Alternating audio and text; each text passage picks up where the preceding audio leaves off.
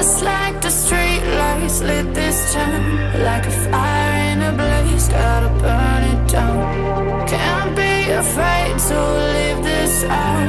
We got this far, don't know how. I see danger in your eyes. They know we'll burn down the night. Coming just like the sunrise. You know that we're gonna light it up tonight. We're gonna light it up tonight. We're gonna light it up just like the sunrise. We're gonna light it up now.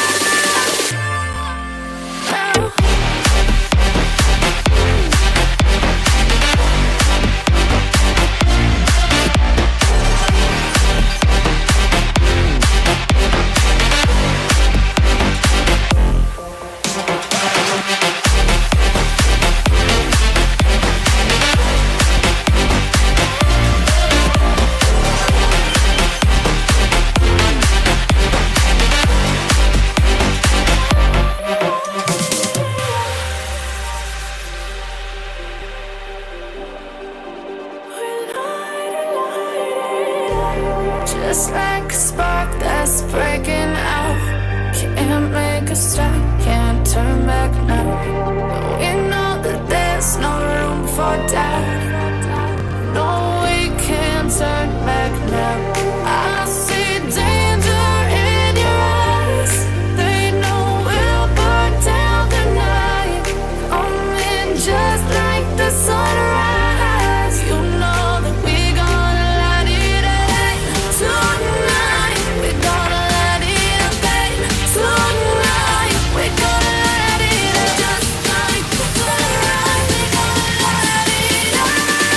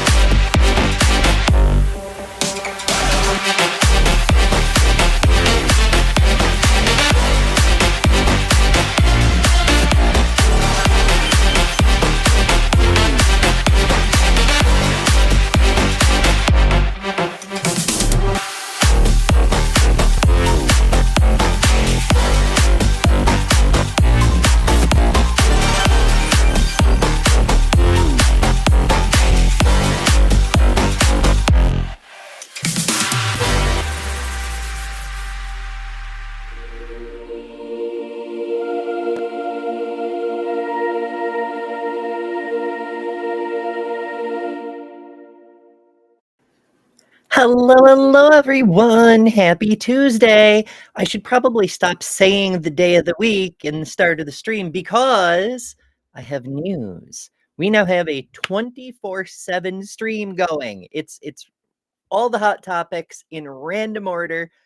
Every day we're adding another show to the thing. I'm going through the past shows now. They're all up there except the one that got YouTube angry. Yeah, I'm surprised it's only one so far, but I'm going through and like adding the title and the date that it originally aired, and but they're all there. I'm just like updating them as I can because it takes a minute, and as we add more, it'll get longer and longer and longer, and it's just so far it's working. In fact, I can show you. I can probably show you. I may be able to show you. Hello, Lilith. How are you?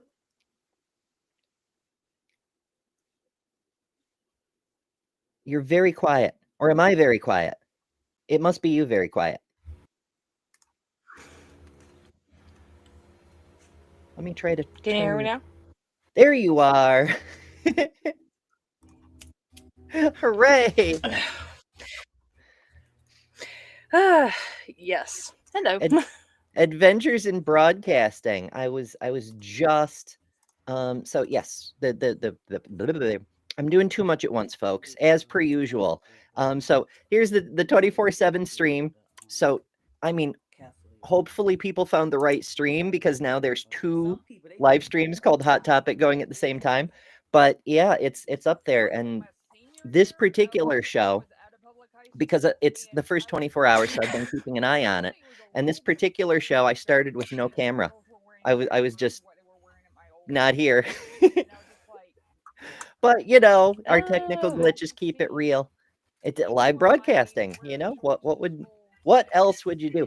Also, because I can't ever seem to stop working, I started development on another show. Oh I no. don't know why I'm like that. You know what? I actually meant to open the show with reading a Bible passage, but I got so distracted, and I blame where is it? I got to scroll back. I got to find it. Where is it? I almost found it. Where the fuck it? Okay, there it is. Equus says, anyone know the artist performing the song? I do. The performer is named Robin Huston, and the song is called Light It Up.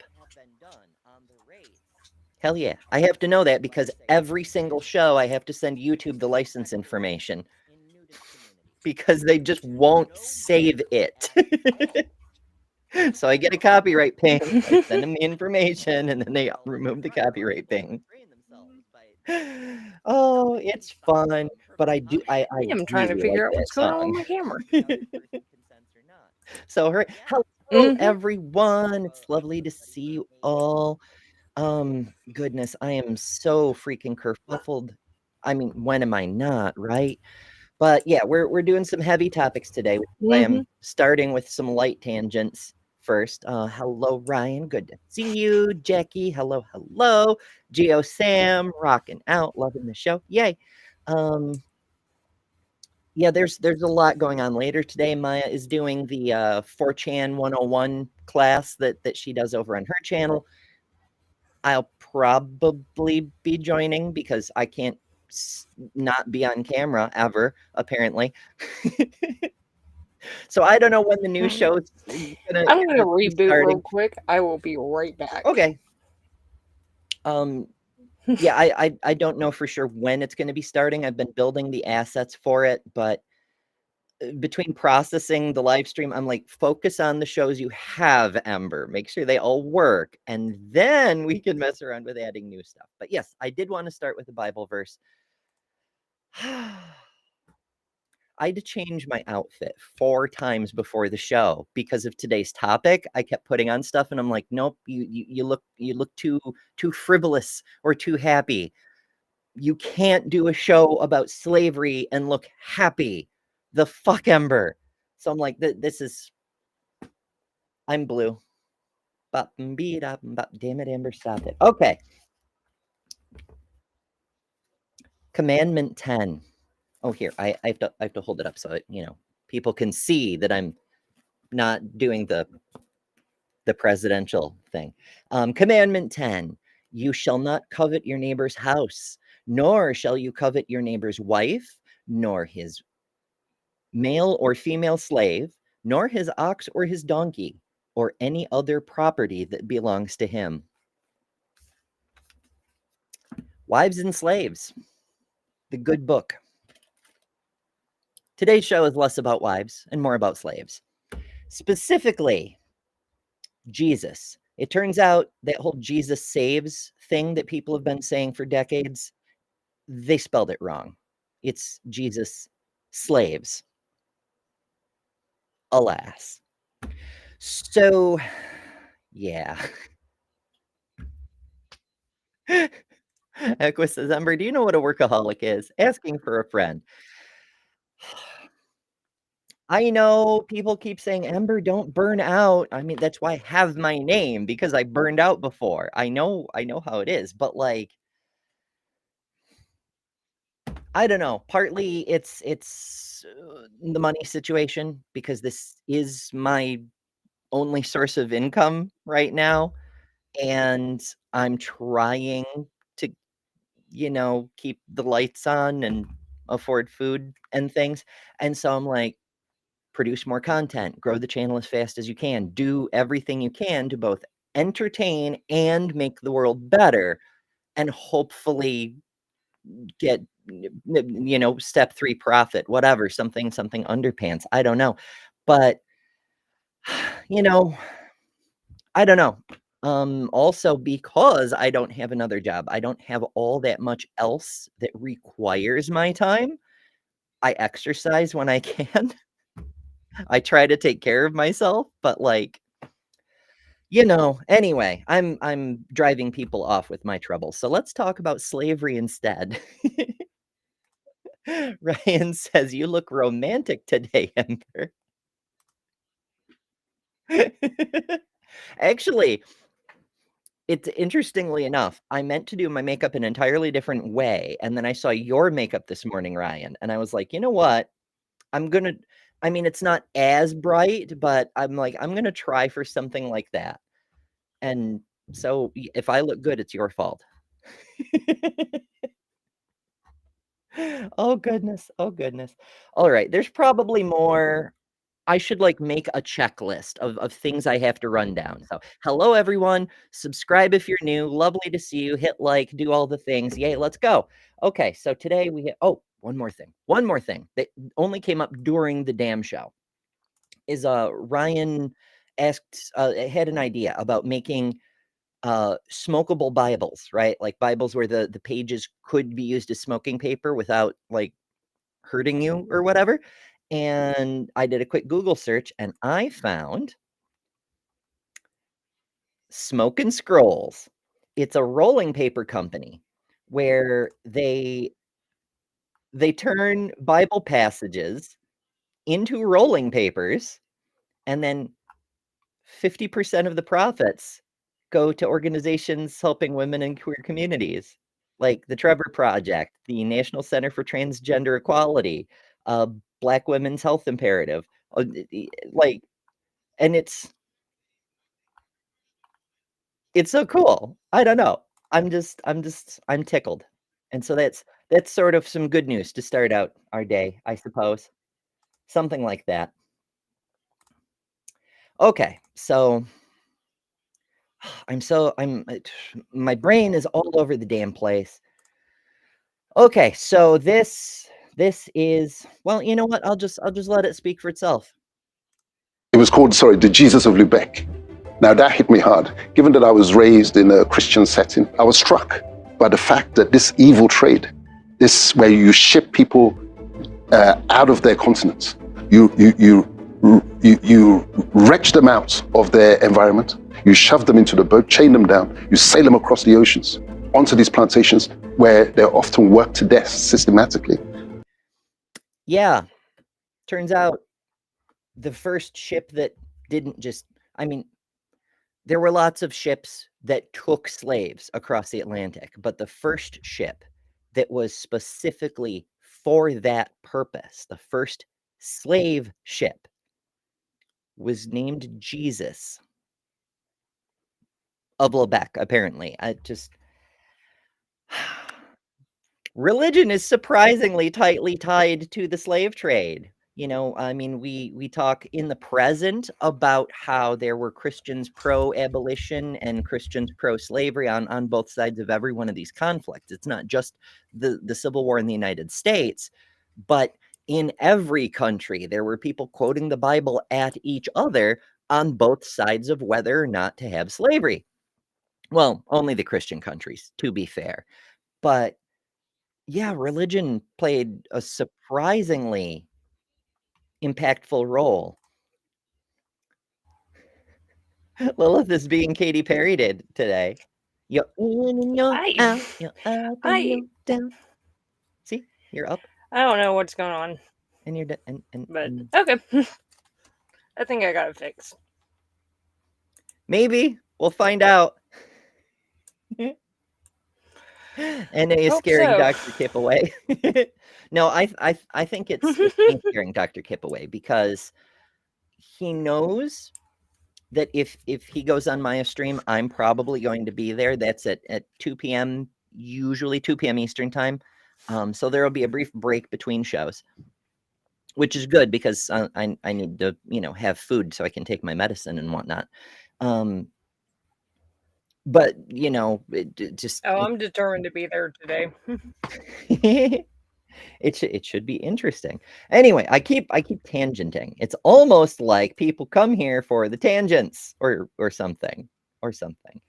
Now I got to make sure I'm on the right stream, because since I'm like over paranoid, I kept the 24/7 stream on so I can make sure it stays on, because I keep making changes every time one of the videos where I'm like adding the date and title and getting it formatted properly finishes rendering. I'm putting that into the rotation and taking the unprettied up version out of rotation. And so I want to make sure the stream doesn't go down. It hasn't so far. We're 17 hours strong. I did warn y'all yesterday that it could happen anytime. It took me most of the day to get it working, but I got it working, and now it's cooking. Because I'm a fucking crazy person. All right, slavery. And these ships can be called the Jesus of Lubeck, religious names. On the first day of the month of August 2022, a group of the leaders of the global reparations movement met with the Vatican to discuss the Catholic Church's involvement with the transatlantic slave trade. Now, what the hell does the Catholic Church have to do with the transatlantic slave trade? I hear at least one of you ask somewhere out there in the interwebs, because they didn't have trade ships. They didn't have colonies per se. But what they did do is have a presence in everyone else's colonies, even the English, who were like, they were Protestant at the national level. Like the whole country was Protestant. They still have Catholics, though. So, yeah. And ways in which the church can make amends with the descendants of enslaved Africans. The group had detailed on the need for the church to formally address its role with a papal reparations commission and financial retribution for the lineages of African ancestors. I do like how they say retribution. Now, this broadcast, as you may gather, is a compilation of clips from broadcast television and AI video and other things. And some of it is not from, at least some of it, maybe all of it, is not English speaker. It's like been translated through a program. But I kind of like saying retribution instead of reparation. That seems more appropriate. I mean, less beneficial to the people alive today, but I mean, why not both, right? Who were victims of slavery in the past. The Global Circle for Reparations and Healing, GCRH, a delegation of reparations leaders arrived in Rome, led by Cam Howard, Director of Reparations United, and included Dr. Ron Daniels, convener of the National African American Reparations Commission, NARC, Dr. Amara Enya, strategist for the GCRH, and... It's interesting they have a strategist. I don't know any of these people. I don't have anything to say against them. It's just, I need to say something so that YouTube doesn't copyright claim me. And I find it interesting they have a strategist. Oh, goodness. Yeah. Equa says they also enslaved Native Americans, including the mission systems. Oh, yes, the missions. Yes. It's such a screwed up system. Because, I mean, it was, now today we make racial overtones about the whole thing, and it was predominantly Africans who were enslaved. However, there were former slaves who owned slaves. There were Native American tribes who owned slaves. Like the Cherokee Nation was the single largest slaveholder in at least the United States territory, which is why the Cherokee are still having troubles today, because at the end of the Civil War abolition period, I don't know if it was a federal mandate or it was an internal tribal policy, whatever the case may be, they ended up adding all their former slaves to their tribal rolls, and it doubled their number. That's how many slaves they had. And so today, now that they have casinos and money rolling in, there's been a lot of controversy within the tribe, because the tribe as a government, not the people, but the government, keeps trying to push the descendants of slaves off the tribal rolls so they don't have to share the casino money. Which is like, I get that the Native Americans got fucked up by the white people too, but that doesn't mean it's okay for them to fuck up other people that they already oppressed, you know? Exactly. Yeah. It's interesting because you look back in history, and a lot of times it ends up being the people who were either horribly treated or discriminated against or anything like that. Fast forward about 100 years, and they're doing the same thing to someone else. And it's like, you think people would learn to not do that. You would think, like, the Cherokee would know slavery is bad, let's not do that. Well, But that's the weird it's thing, just is like, if that's the prevailing system, what indicators are there that it's bad? We're going to see later that yeah. this whole idea that slavery has always been good and accepted by all cultures is bullshit. But that's in a little bit. I mean, it's obviously it's bullshit, but like the apologetics about it. Yeah. Oh, it took the Christians in the Yeah. US in the 1850s to be the first ones to ban slavery. No, the United States was the last of Yeah. the Western countries to ban slavery in any form. Yeah. And even then, it's like, you would think, like, even though it's like you said, like, it would have been like in the culture, and like, how would they have known it was bad? But you would assume, like, my people were treated like this not that long ago, so why are we doing it to someone else? Like, that's how you would consider, like, this might not be the best thing in the world to do. It's not. Like, history is weird like that. Well, okay, so there's People are weird. there's a thing, other slavery apologists will say something along the lines of humans have been doing slavery as long as there's been humans. No, we've only been doing slavery as long as we've had a concept of property, which coincidentally goes back about 12,000 years. You know what else happened 12,000 years ago? The agricultural revolution, which incidentally wasn't a one and done event. It spread across the world, and it's still spreading. There's still uncontacted tribes who do not have a concept of property the way we think of it in our culture, because that's the seed of our culture. That's what culture means. It comes from agriculture, the ownership of land. It also came with the ownership of other people, and that indisputably is what supercharged the civilizations that practiced it and enabled them to conquer the ones that didn't, so that they too could be enslaved. And that's fucked up. Nicole Hannah Jones, author of The 1619 Project, A New Origin Story. They had met with Bishop Paul Teig, Secretary of the Pontifical Council of Culture, at the Vatican. The group delivered a presentment outlining the harms and offences of the Church regarding the transatlantic slave trade and slavery. Okay, two things. First of all, presentment is a cool fucking word, which doesn't actually exist, but it does now because I approve. It's way better than presentation. Presentment. We're adding it to our dictionaries. The second is, why do the GRC people have to present a presentment to the Vatican about their own history? Why does the Vatican not know? Yeah. Because remember, history is long. Yes, it's true. But the Vatican has been the Vatican for centuries upon centuries upon centuries. And they have records covering that entire time and beyond. So, Oh, yes. the fuck? The presentment also referenced the legacy of those harms and offences and reparations measures that are needed for full repair. The effects of the transatlantic slave trade and the harms inflicted on our ancestors continue to cause systemic damage to this day. That's true. I don't think anybody is Very, very true. Yeah, I don't think. Well, okay, there are some red hats who think otherwise, but well, no, it's not even correct to say they think otherwise. They know what the truth is, but they argue otherwise because it's their political interest to say so. But what I'm really interested in is, what could you possibly present to the Vatican to say this will repair the damage?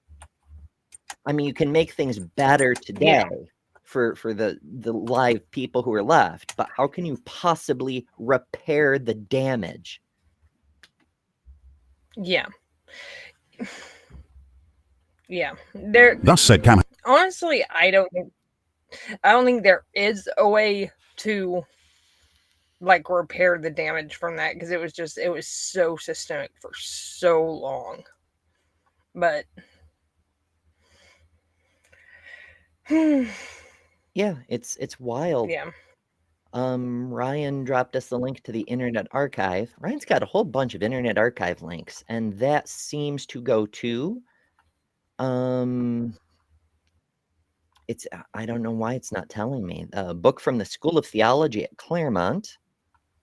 You know what? I'll just show the thing so y'all can see what the hell I'm trying to figure out. Slavery in the Catholic Church: The History of Catholic Teaching Concerning the Moral Legitimacy of the Institution of Slavery. Yikes. Lord of Appeal in Ordinary. That's an interesting title. From 1975, I suppose. Yeah, 1975. Okay. Oh, there's underlined stuff. That's helpful.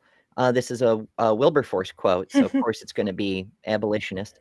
The fact is that the history of the Catholic teaching concerning the moral legitimacy of slavery is not simple and straightforward. The Church's attitudes to slavery have been so widely misrepresented and misunderstood that this private investigation, as the author calls it, is not only of absorbing interest and valuable in itself, but also an important as a witness to the truth. This society is therefore glad to sponsor this public. That's not a quote from Wilberforce. This is a quote from Wilberforce, but that is an important statement. Anti-Slavery Society for the Protection of Human Rights, London, 1970. Nope, that's not a quote from Wilberforce either. I don't know. Oh, I have to sign in to see the rest of the damn thing. I do actually have an archive account because of other books that Ryan has sent me, but I'm not going to mess around with it right now. Because we got shit to do.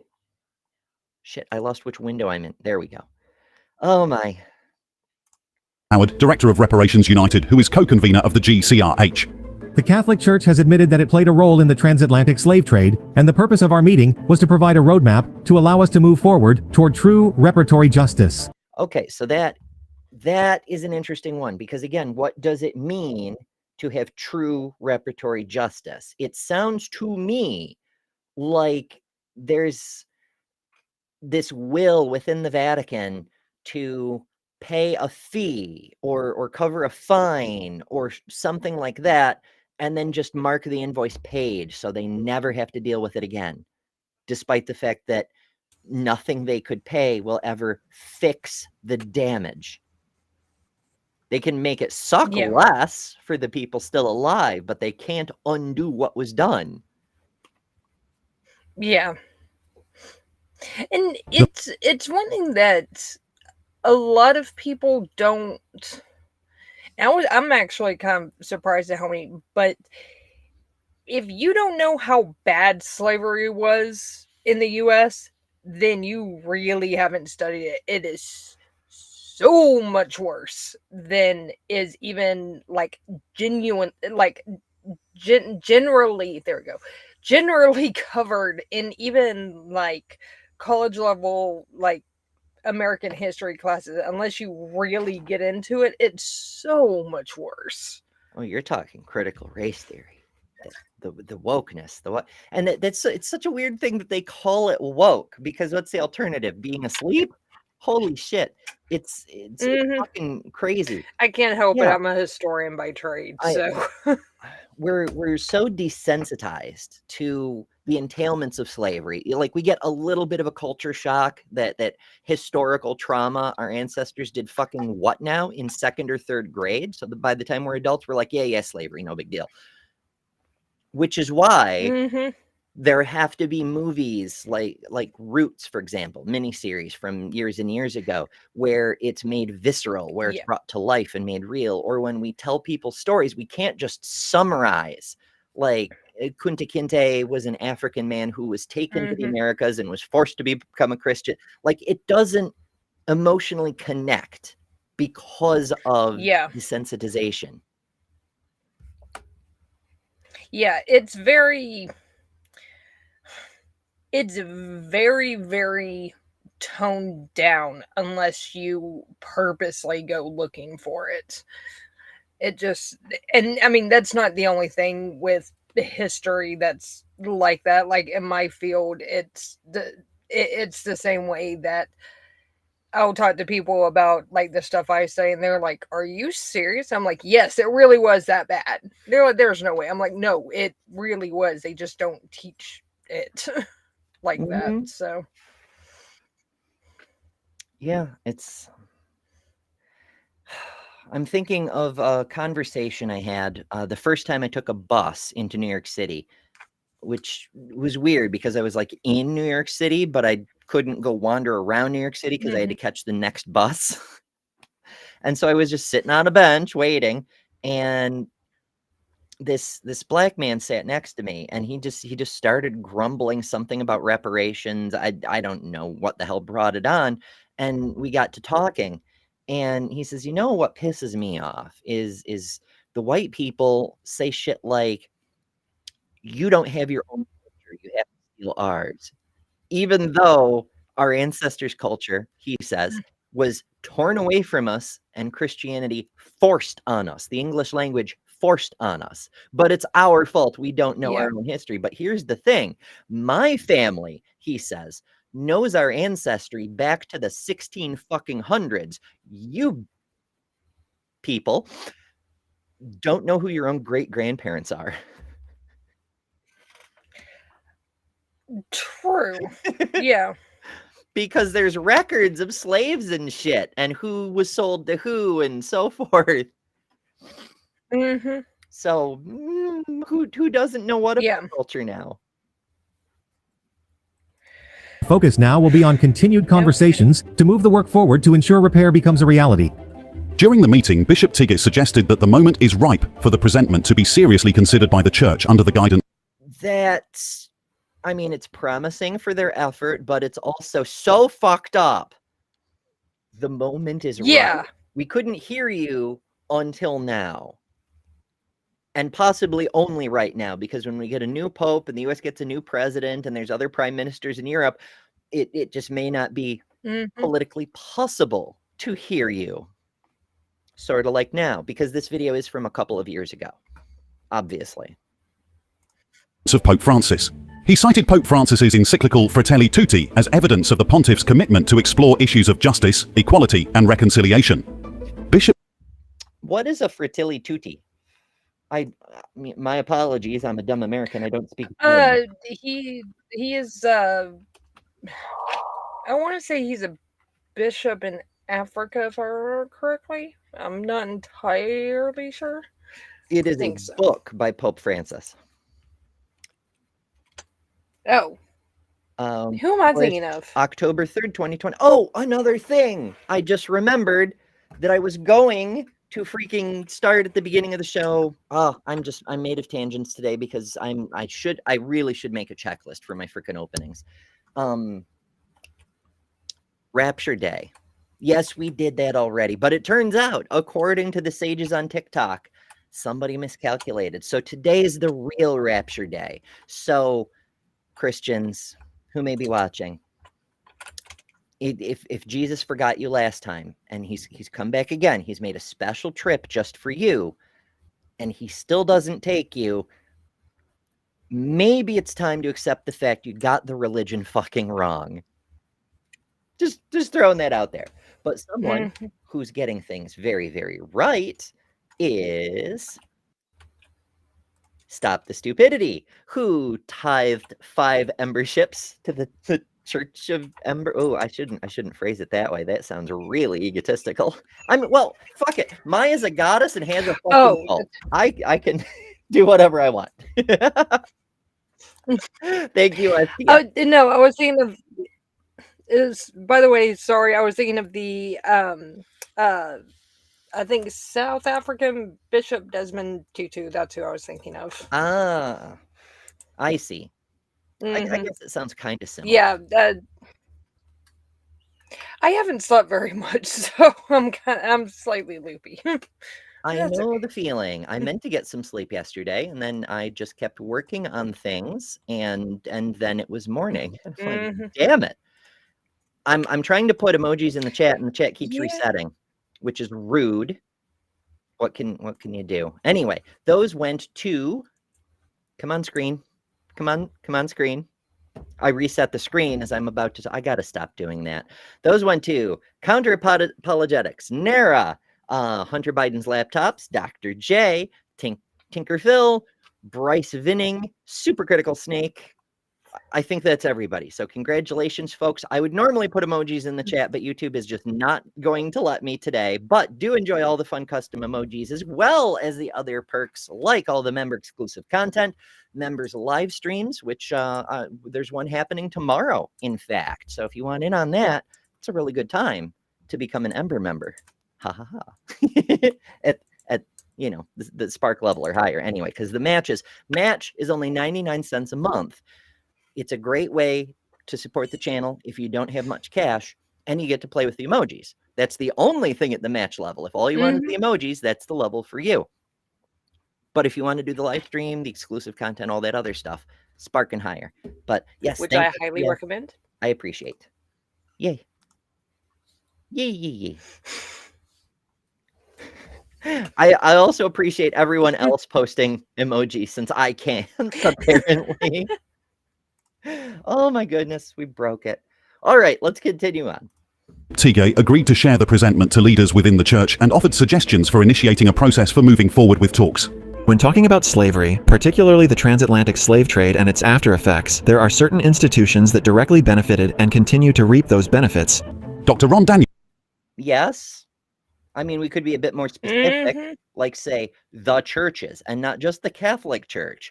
All the churches. Yeah. Convener of NARC and co-convener of the GCRH. What's that? It's kind of so I rarely get into the like alternative history, but it makes me wonder what Christianity would look like if the slave trade wasn't a thing. Like, it makes me wonder what it would look like today if that wasn't a thing. I imagine there's no way it would be as big as it is. Similar. They'd have fewer numbers and they'd have smaller churches, but I don't know that it would have changed the theology much. No, I don't think it would have changed the theology, but I mean, more like just the sheer numbers, because of course, like, America is like hugely Christian, and like, I mean, obviously a lot of that was forced on people, but it's like, how much further outside of like Europe and that area would it have spread to? Because I mean, it's like, I mean, Christianity is pretty much a thing in most areas of the world, at least. I mean, it exists, but I mean, every religion exists everywhere. There's at least one adherent of anything you can think of somewhere.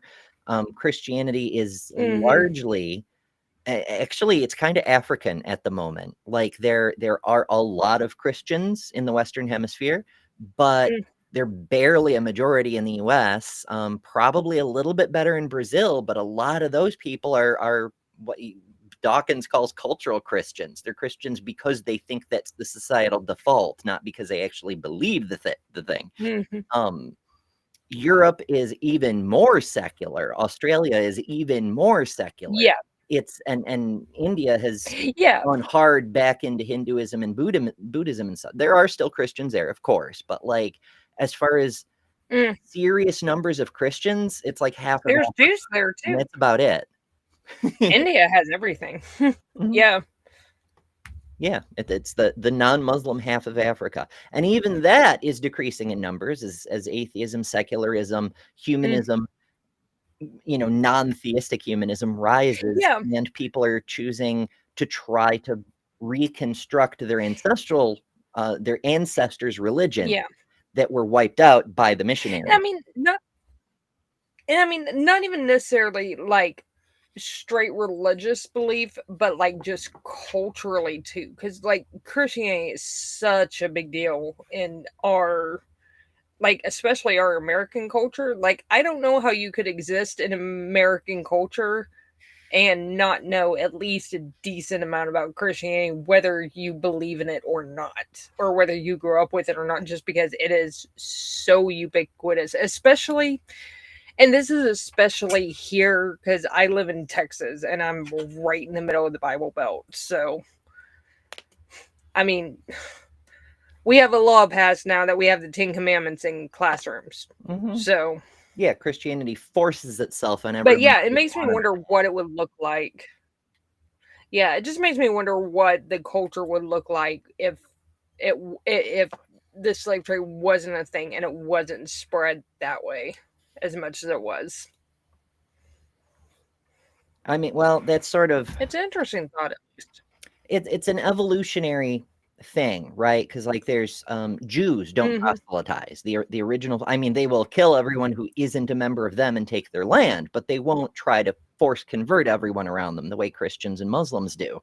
Mhm. So it Yeah. was inevitable that there would be a heretical offshoot that did try to convert everyone around them by force. And it would inevitably Mhm. outperform the religion that didn't do that. Mhm. Yeah. Chipped in. Our goal is to hold those institutions accountable and ensure that they play a major role in helping to repair the communities that have been harmed. I am encouraged by the conversation with Bishop Teague and look forward to creating real change for African descendants of enslavement throughout the diaspora. This was a serious meeting of deliberation and presence at the Vatican meeting. It's interesting that that term diaspora that traditionally gets used to refer to the Jewish people after the various different empires of certain religions conquered their kingdom and they got spread to the winds. It's a forced dispersion Yeah. of people out into other lands. And of course, there's always some who stay in the homeland, but a significant proportion of the population is elsewhere. Is that really applicable? Because even though it was a forced dispersion, there have always been more people of African descent in Africa than anywhere else. You can't move a significant fraction of any continent's population to another continent. We just only in the last 100 years have we Yeah. gotten anywhere near close to enough boats and buses and whatnot. And even then, it'd be a major undertaking. So I don't know. I mean, I get why they're using diaspora, and I don't want to like nitpick their word. Kip says, ugh, no. Jews will not kill everyone around them and take their land. Medieval and modern Judaism are dramatically different from most of the ancient Hebrew Iron Age religion. Yes, I know. That's what I was referring to as the more modern stuff that's going on. Yeah, I speak somewhat facetiously, especially when it concerns what it says in Ye Old Holy Book. Obviously, it's only the present day Jews that are killing everyone around them and taking their land, that like the ancient Jews. But most Jews, yes, as Kip phrases it better, the state of Israel is not following a program of Judaism. Yeah, very much. Oh, goodness. Were representatives of other GCRH organisations and supporters representing the Global African Congress, UK, Black Europe Summer School, Netherlands, NIA Foundation, Netherlands, First Repair, US, Questa e Roma, Italy, and the African Future Action Lab, Europe. Isn't it weird that there's so many populations of the descendants of former slaves? Like we expect that in the United States because we know there's a history of slave trade, but there's enough descendants of former slaves in all these other places to form entire groups. Yeah. They never realize how deeply slavery was embedded in the American economy. Slavery fueled the growth of many of our contemporary institutions, including the Catholic Church. Many Southern Christians felt that slavery, in one Baptist minister's words, stands as an institution of God. Now that is a question. Was that justification or was it an a priori belief? Because the Bible does, as we've mentioned, people used it to justify slavery. The Bible does say slavery is a good thing. So he could have believed that and said, oh, yes, of course, there's slavery in keeping with the word of God. But it also could be an after-the-fact justification, saying slavery is so profitable, therefore I must find scripture to make it seem okay. You know, it's hard to say which way that goes. Here are some common arguments made by Christians at the time. 1. Abraham, the father of faith, and all the patriarchs held slaves without God's disapproval. Genesis 21 verses 9 to 10. 2. Canaan, Ham's son, was made a slave to his brothers. Genesis 9 verses 24 to 27. 3. The Ten Commandments mentioned slavery twice, showing God's implicit acceptance of it. Exodus chapter 20 verses 10 and 17. Does it mention slavery twice? Let me double check that.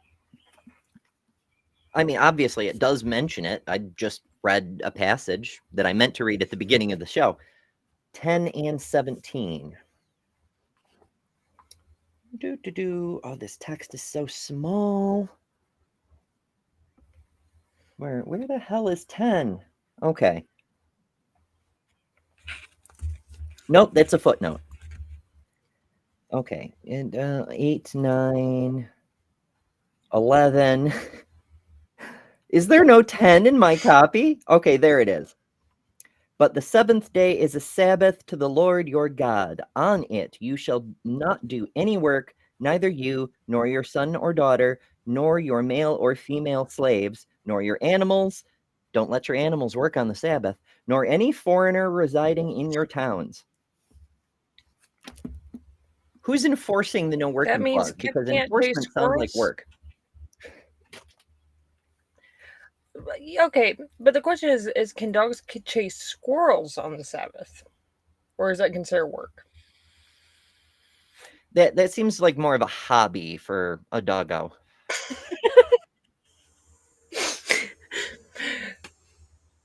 Well, yes, but their job is to keep vermin out of the yard, so...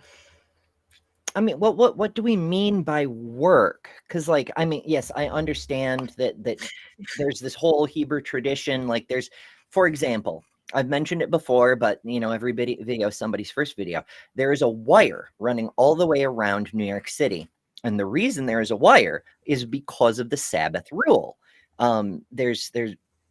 It's not in the Bible per se, but it's like stuff that has been added onto as people have developed the laws over time. What is work? What isn't work? Like pushing something counts as work, like say a baby stroller, but it's okay to push a baby stroller inside the home because you're at home, you're clearly not doing work. So that's what the wire is for. You know, other things like carrying something that can be considered work. But if you walk outside your house, you want to carry your car keys. Or your house keys, I suppose, since you want to get back in your house, whatever. You know, you're carrying keys. Could be work.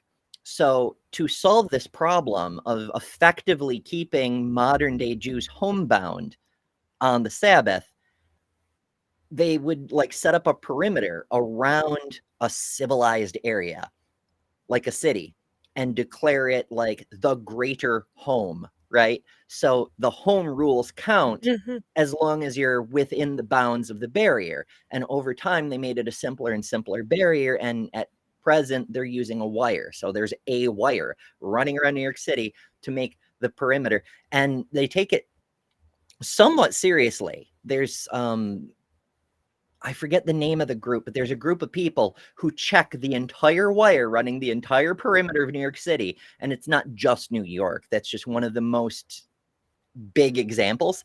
And they check the wire so that there's time to repair it before the next Sabbath in case like a branch falls and causes a break or something. And that's interesting. The amount of effort that goes into compliance with this specific biblical rule. Well, the compliance with the workarounds developed on top of it. 4. Slavery was widespread throughout the Roman world, and yet Jesus never spoke against it. 5. The Apostle Paul specifically commanded slaves to obey their masters. Ephesians 6 verses 5 to 8. Yeah, these are all really good reasons to condemn Christianity as not really very moral, like actively immoral. But, you know, do go on. 6. Paul returned a runaway slave, Philemon, to his master, Book of Philemon 12. 7. Slavery removes people from a culture that worship the devil. No, the slave was when Is it Philemon or Philemon? I've always heard it pronounced Philemon, but I mean it's an AI and it's not Okay. reading English. It's also translating. Yeah, I was about to say I guess it's a regional thing too. So because that's how I grew up with it. So Practiced witchcraft and sorcery and other evils. I was about to say, it cracks me up that how AI pronounces certain things, even though like it doesn't, like a word doesn't look like it should be pronounced that way, but it is pronounced that way, and AI still screws it up. You would think like they would know at this point how to pronounce the word. Well, I mean, Like they do that all the time. Part of it is translation, but part of it is like, yeah, the people who use AI voices generally don't give a fuck. That's why they're using an AI voice. That's true. Yeah, that's true. This one really held grounds then, as though witchcraft and sorcery weren't also practiced by Europeans and the Western world at large. 8. Under slavery, people are treated with kindness, as many northern visitors can attest. What? What? Now, remember, these are things that the Baptist dude in the 1800s was saying a reason slavery is good, actually. So that's one of his justifications, is slaves are treated kindly. What? Yeah, and I don't remember.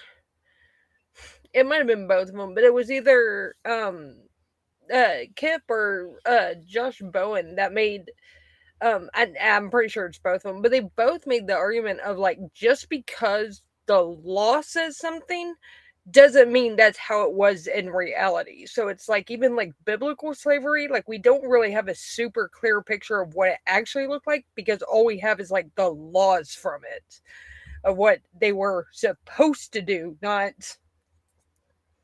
like what actually went on. Yeah. That's true for a lot. I mean, we get that with a lot of things even today. We tend to assume first what our modern experience is, what our present day experience is. And second, if we've been taught a closer analogy, then we'll analogize the thing to the thing from the past that seems to closest match it. Like schools, when you tell people there were public schools in the early 20th centuries, the 1910s, 1920s, and so forth, they will first picture school from today. And then when you inform them that there weren't bathrooms, there weren't showers for gym classes or any of that stuff, not in all schools, but it wasn't universal at the time. It was only in the late 1800s that when we regained the ability for indoor plumbing on a widespread scale, after having lost it thanks to the Dark Ages, yay Christians, good job. People weren't used to bathing regularly or using indoor bathrooms. They thought it was disgusting. And so they had to do a propaganda campaign to get people to use the indoor plumbing. And that's one of the reasons they put it in schools, is so you won't look so poor if you've washed. Fucking wild. I wonder who were the northern visitors that could attest to a thing such as kindness in the gross inhumanity of slavery. 9. Slavery is God's means of protecting and providing for an inferior race, suffering the curse of Ham in Genesis 9 verse 25, or even the punishment of Cain in Genesis 4 verse 12. So we've addressed that one before, but again, every video is somebody's first video. So very, very quickly, there are a lot of people who for a very long time have pointed at the passage in the Noah story when Ham saw his father in his nudity or whatever, his drunken stupor. I'm not sure exactly which the sin was, but when Noah woke up and found out that one of his sons had seen him, instead of averting his eyes and covering him or whatever, he was like, "Cursed be Canaan," which is Ham's son. Yeah. Who knows why. I literally had to correct somebody on that 3 or 4 weeks ago. And they're like, "Well, I heard this about the curse of Ham." I'm like, no. If I remember correctly, I think it was it was either, I don't want to say created, that's not the right word, but it was like brought up and or popularized by somebody. I think it was in the 1600s. It might have been 1500s, but that kind of took off and became like a common belief. I mean, it's just odd to justify like some of the most horrible crap humans have ever done to each other, but I mean, that's the thing. When people know something is morally reprehensible and absolutely inexcusable, they start coming up with apologetics. Well, it's actually okay because of this. And they'll make up whatever the fuck they have to justify it. But with that in mind, consider why Christianity feels the need to have so many apologetics. It's become a fucking profession. When apologetics only appear when someone knows the thing they're trying to support is very immoral. Let's see. I'm not finding solid information about the Curse of Ham business when it first originated.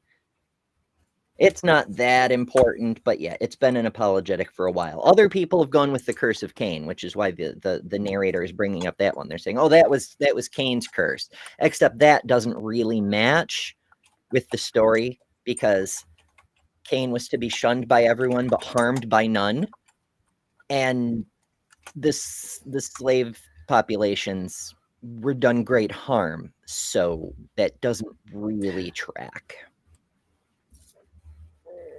Okay, yeah, I just found a where it said it was sporadically advanced through the Middle Ages.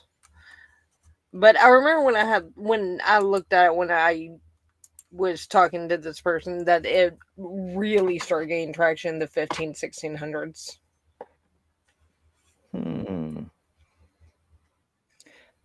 Okay. But it's just like, yeah, it was just one of those things that's like I don't understand how that, well, knowing how history is, I get why people try to justify it like that, but it's just like, I don't understand why people would still think that today. In the 6th century, early scholars of the rabbinic texts, such as the Babylonian Talmud, began introducing the idea of racial distinctions coming from among Noah's sons. That in and of itself is not the same as the Curse of Ham, but it's where the idea of Noah's sons being the fathers of the different races may have begun to start germinating. But it was in the 15th century that a Portuguese historian named Gomes Inês do Zurara was, at least in history, the first to cite the Curse of Ham as the reason for the subjugation of Africans. It should be noted that Portugal led the way in the early slave trade. It's almost like motivated reasoning or something. 10. Those who support abolition of slavery are, in James H. Thornwell's words, atheists, socialists, communists, and red Republicans. Not wrong. The U.S. citizens who wanted to abolish slavery. I don't know that was anybody even talking about communism at that point. If Karl Marx was even alive, he wasn't exactly popular. But that's not important. Yes, it would be the people who cared about humanity, the skeptics and humanists, which are often atheists, and the then very progressive Republicans. Yeah, that's actually kind of correct.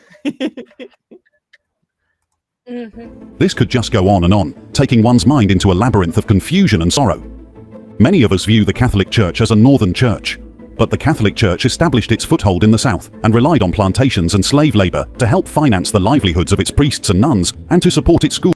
Almost like they did through all of history, except with explicit slaves instead of serfs and peasants who were slaves in every way but actual title. Details. Schools and religious projects. This is the history that we all should know. Enslaved people have largely been left out of the origin story that is traditionally told about the Catholic Church and other religious institutions. In 2005, for example, Cardinal Avery Dulles wrote a book review in First Things claiming that the popes had denounced the trade in African slaves from its very beginnings, and yet Plot twist. They did not. had never condemned slavery as such, retaining a continuity of teaching that always allowed for some attenuated forms of servitude. Other apologists have taken a more absolute position. The Church has always been against slavery itself. Both these lines of argumentation seem to agree on two central assertions. The popes always condemned the trade in African slaves, and the Church's teaching did not change. Defending the Church either in its reputation or its Yes, the Church, like God, is perfect and unchanging, and its policies are always infallible, because there is no policy that contradicts old policy. It's only clarifying things for the dumb mortals who couldn't figure out the original policy. doctrinal continuity can be praiseworthy. But when it comes to the history of the Catholic Church and slaveholding, this posture of defense has been deeply damaging. It has unnecessarily led to confusion around the Church's history with slaveholding, and that confusion has helped to prevent the Church from reckoning with a troubling history whose consequences are still present in our world. And yet it was once widely known, and still is among historians of slavery today, that the Catholic Church once embraced slavery in theory and in practice, repeatedly authorized the trade in enslaved Africans, and allowed its priests, religious and laity, to keep people as enslaved chattel. As previously mentioned, churches, like, there were individual people who owned slaves as property, but there were also organizations like the Cherokee Nation, as a polity, owned more slaves than anybody else, which is wild. But the churches also sometimes directly owned slaves, and not just in the South. The Jesuits, for example, by the historian Andrew Deal's count, owned over 20,000 enslaved people circa 1760. The Jesuits and other slaveholding bishops, priests and religious were not disciplined for their slaveholding because they were not breaking church teachings. Slaveholding was allowed by the Catholic Church. In reacting to the effects of European encroachments into Africa, Jomo Kenyatta had said, "When the Europeans came to our lands, we had the lands and they had the Bible. They taught us to pray with our eyes closed. When we opened our eyes, they had the land and we had the Bible." Dr. Joseph Ben Yochanan had... That's an interesting way to put it. Yeah, it really is. There's quite a bit to be said for that, because, you know, a lot of historians that I've spoken to over the years, they pose the idea that pre-colonial Africa was too strong for Europe to take on. It took generations of a combination of enslavement to strip the strength from the population, and missionary work to strip the will from the people, before colonization even became a real possibility. I think there's something to that. Although I don't know that people were like, well, if we can't conquer them today, let's just enslave them and then our great grandchildren will be able to conquer them. I don't think it was that, like, thought out a long-term plan. Europeans don't seem to be capable of that level of thinking. It's more like an inevitable consequence. The one thing leads to the next thing, leads to the next thing. Yeah. also stated, Africa took both the hook, the line, and the sinker. Another one. From Dr. J. Henrik Clark. I question the intelligence of anyone who believes that everything written in the Bible is true. Oh, we agree, my So do friend. So do I. Yet another one still from Napoleon Bonaparte, who said religion had stopped the poor from killing the rich. In Europe. Yes. Now, granted, Like, Napoleon was a partisan himself, but he ain't wrong.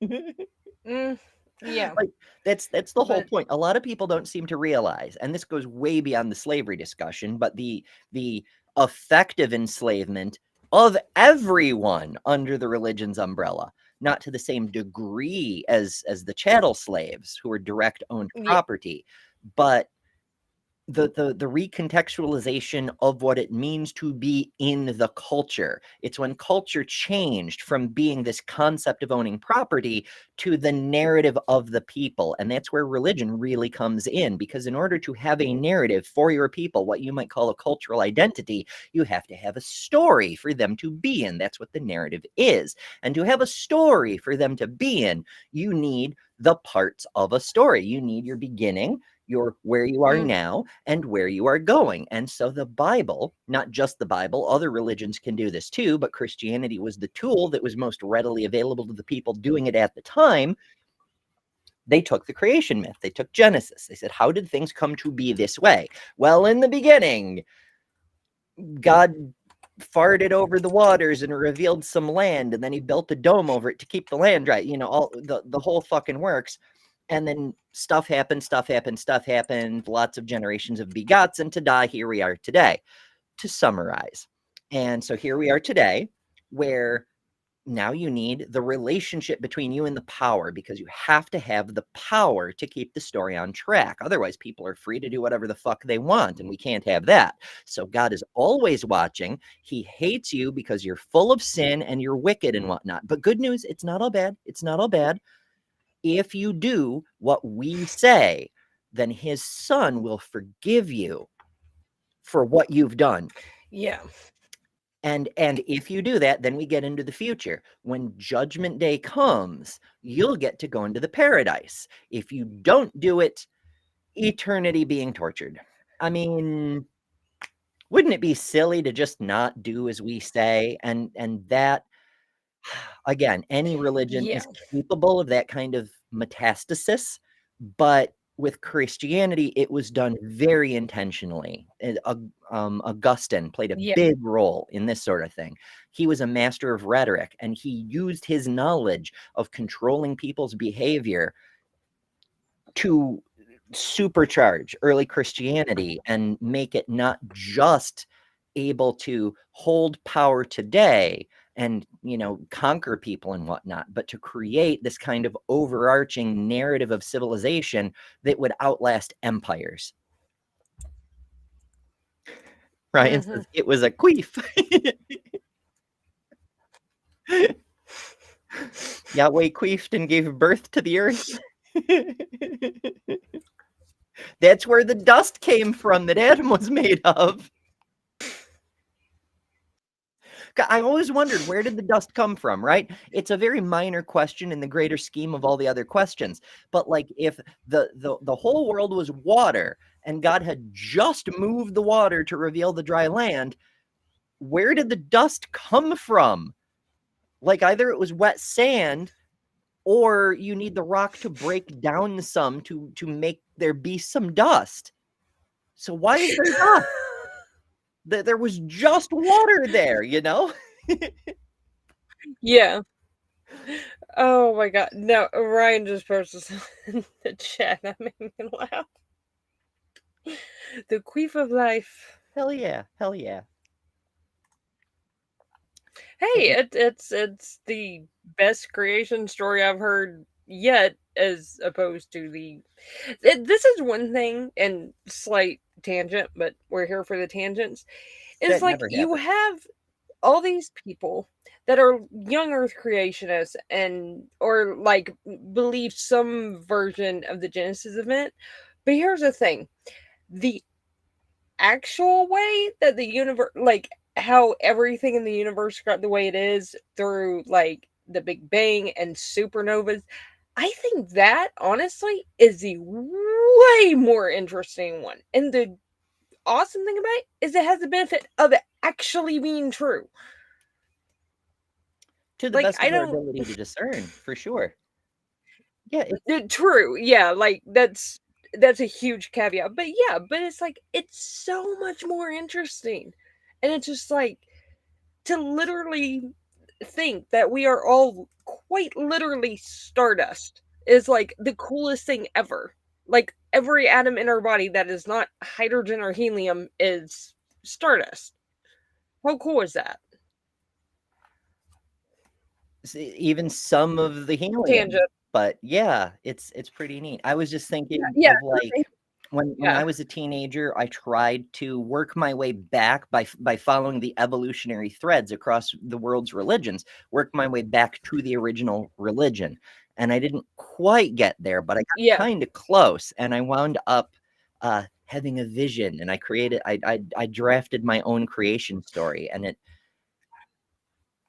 it has a lot to do with physics, weirdly enough. Yeah, Like, that's honestly what got me so that's what got me so into physics to begin with, is, like, just, like, stars and because I'm a huge star and black hole person, so Oh, you it's like just, like, all that stuff hold on. was And yeah, if that you like black holes, my head on best over friend to actually sent that to me for adamandeve.com my and birthday. enter code Oh word god. Bentley for 50% off almost any one item, 6 free movies, 3 free gifts, and free shipping on the whole order. Still not my ad. I pirated the damn thing, and now I can't find the button to switch it back. There we go. I stole it from Brentley, but I saw him pop into the chat, and you had just said black holes, and I'm like, now I have to. I told him we did 5 ads yesterday, and I told him, I'm like, we did 5 ads. It's been over an hour, and I haven't done one yet today. So I'm like, oh, Brentley's here. Hi, I Bradley! have to. Honestly, because I'm thinking about doing the occasional live stream, and I'm almost considering pirating the ad from you so it can be like double pirated. As I understand it, And Bradley still gets the. according to the lore, Brentley himself pirated it, although he did it through official channels. He actually got an actual sponsorship from Adam and Eve, which is why he has his own code word. I just stole the whole fucking ad. Yeah, but I'm thinking about pirating that just so it can be double pirated. So it's a long I tradition thought that of would be fun. plundering the booty. Yes. Speaking of booty, yeah. I'm just gonna let that one linger. All right, we're doing a thing. Karl Marx had stated too Yes, that we are. religion is the opium of the masses. The list could go on and on and on. The transatlantic slave trade was introduced by the coming of the Europeans, who came with the Bible in the same manner that Arab raiders and traders from the Middle East and North Africa introduced Islam through the trans-Saharan slave trade. In fact, the church was the That would be an interesting subject to study. We know that Islam was spread in Africa much the same way, with great violence and so forth. Yeah. The building of empires. But we also know there was a slave trade. How much Yeah. influence did the slave trade have on the spread of the religion as opposed to the conquests? Like, was it 90% conquest, 10% slave trade, 50-50? It has, yeah. Yeah, it's been because I actually took a couple classes in college that went over that. So it's been a minute since I've been there, but if I remember, it had a fairly large impact on it. I don't think quite as much as Christianity, but it's definitely, I mean, you look at the two biggest religions are Christianity and Islam. So like they had to have gotten spread, and that's a really good way to spread it. I mean, if you're religiously inclined to spread your religion, it's a really good way to spread it. So I wonder why. Like, if you're spreading your religion by the sword. Because you have control over people. You have control over people. You can basically, even if they don't actually believe whatever it is, they essentially have to play along to get along. And then over what I would assume, honestly, is just like over the generations, it just becomes the belief de facto that everybody's like, okay, yes, we are this religion, as opposed to just being like, yes, I'm Christian because I have to be, because my master demands that I'm Christian.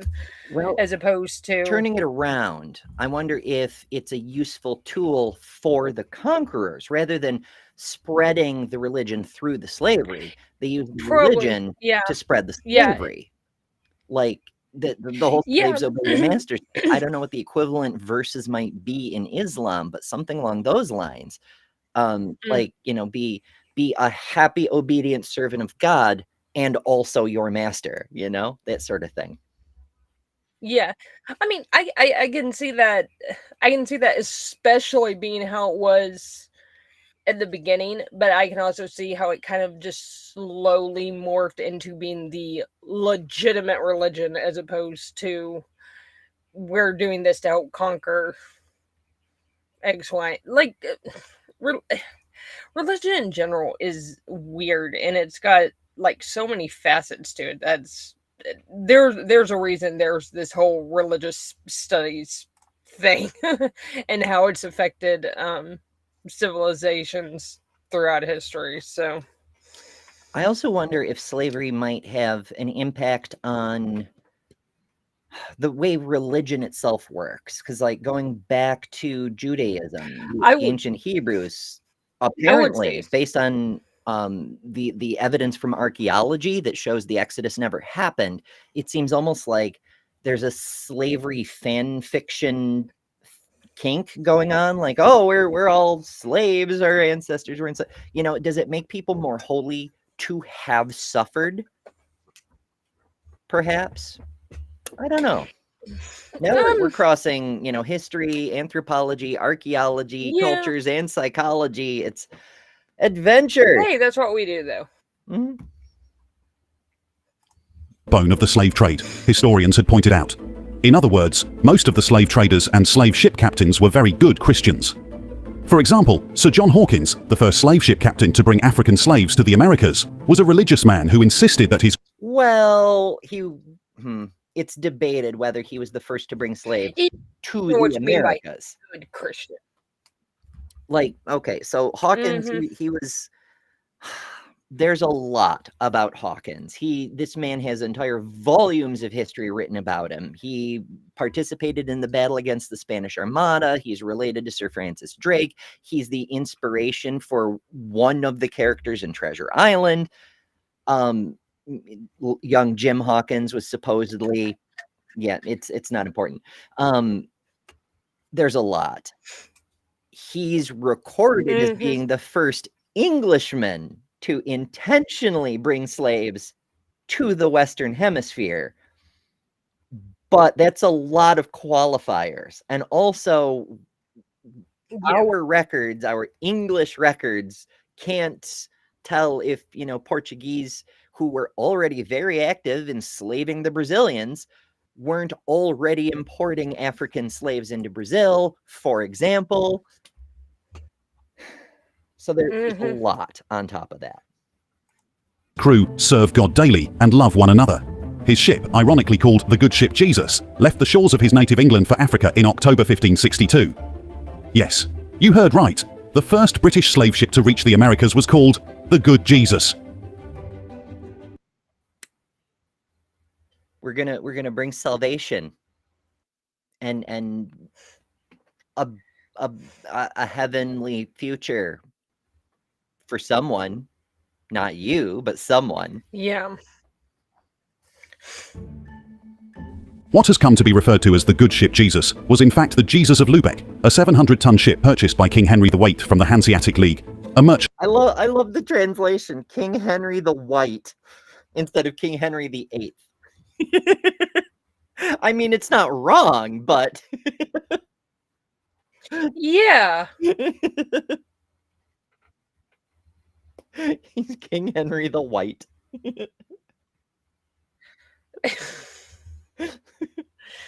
Oh my gosh. Tasty evil bastard. That's strangely, yeah, that's the first time I've ever heard that one.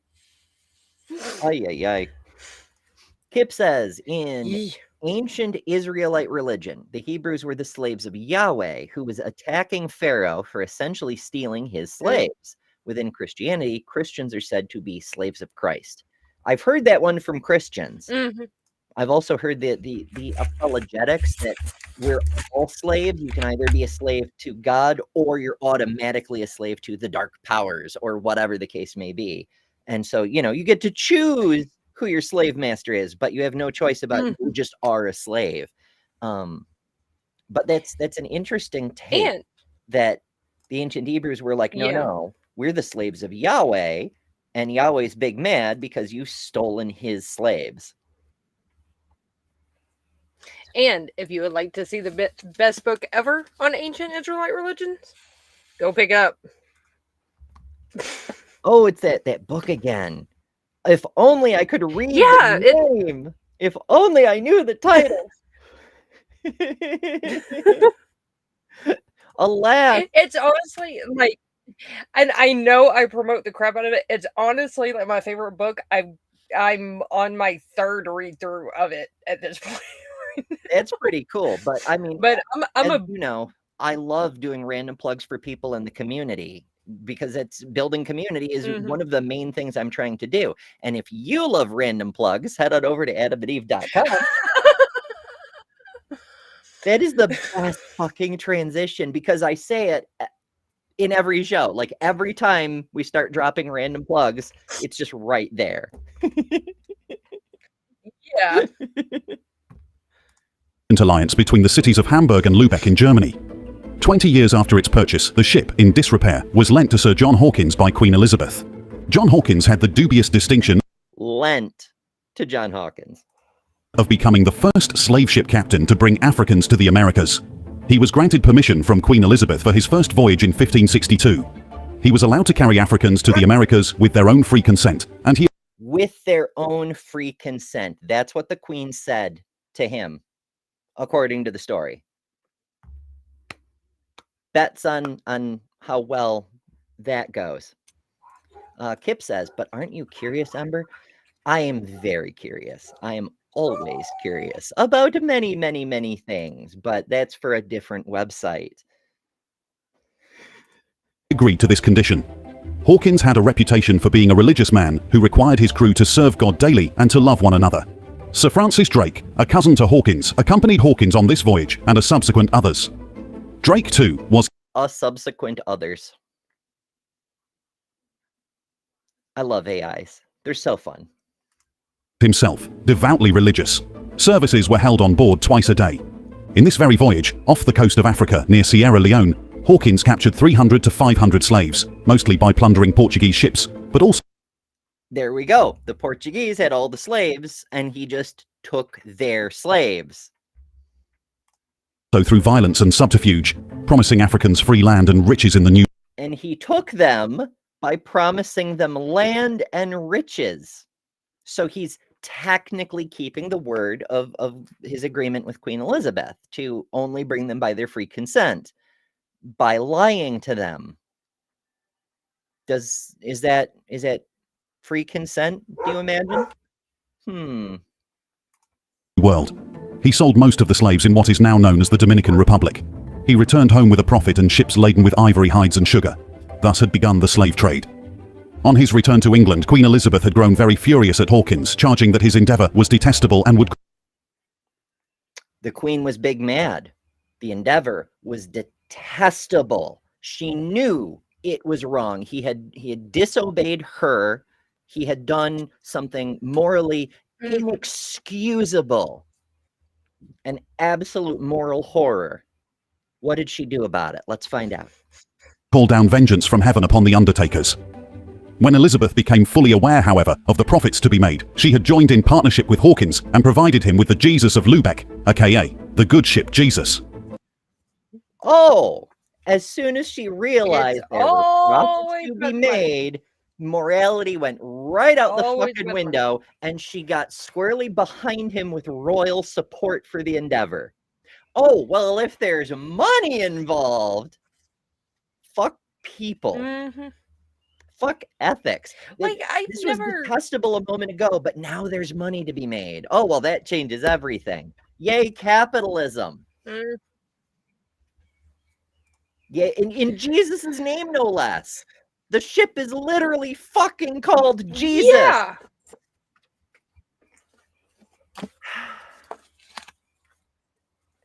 I knew the slave trade was bad. Obviously. I knew the Christians were hypocrites. Obviously. When I heard that the first fucking slave ship in the Western Hemisphere was named Jesus, I knew we had to do a show about it. And yet, here I am, still worked up over this. I guess that's why I can't be religious. I just cannot set aside my moral outrage, even if there's profits. Yeah. Yeah, and I understand, like, that's the way, as much as I hate to admit it, that's obviously the way that the world works usually, is if someone's doing something bad, it's usually profit related. But personally, I've never understood I'll do something that is either morally wrong or morally dubious just because I get paid better money for it. Like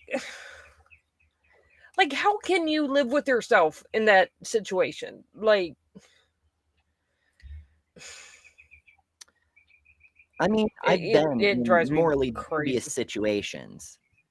As you know, I was a repo agent for Mm-hmm. 3 years, and, often it was a pretty clear-cut case of you didn't pay your bill, you're losing your shit. Pirate, off we go. Technically privateer, since I had Yeah. authorization from the paperwork holder, whatever.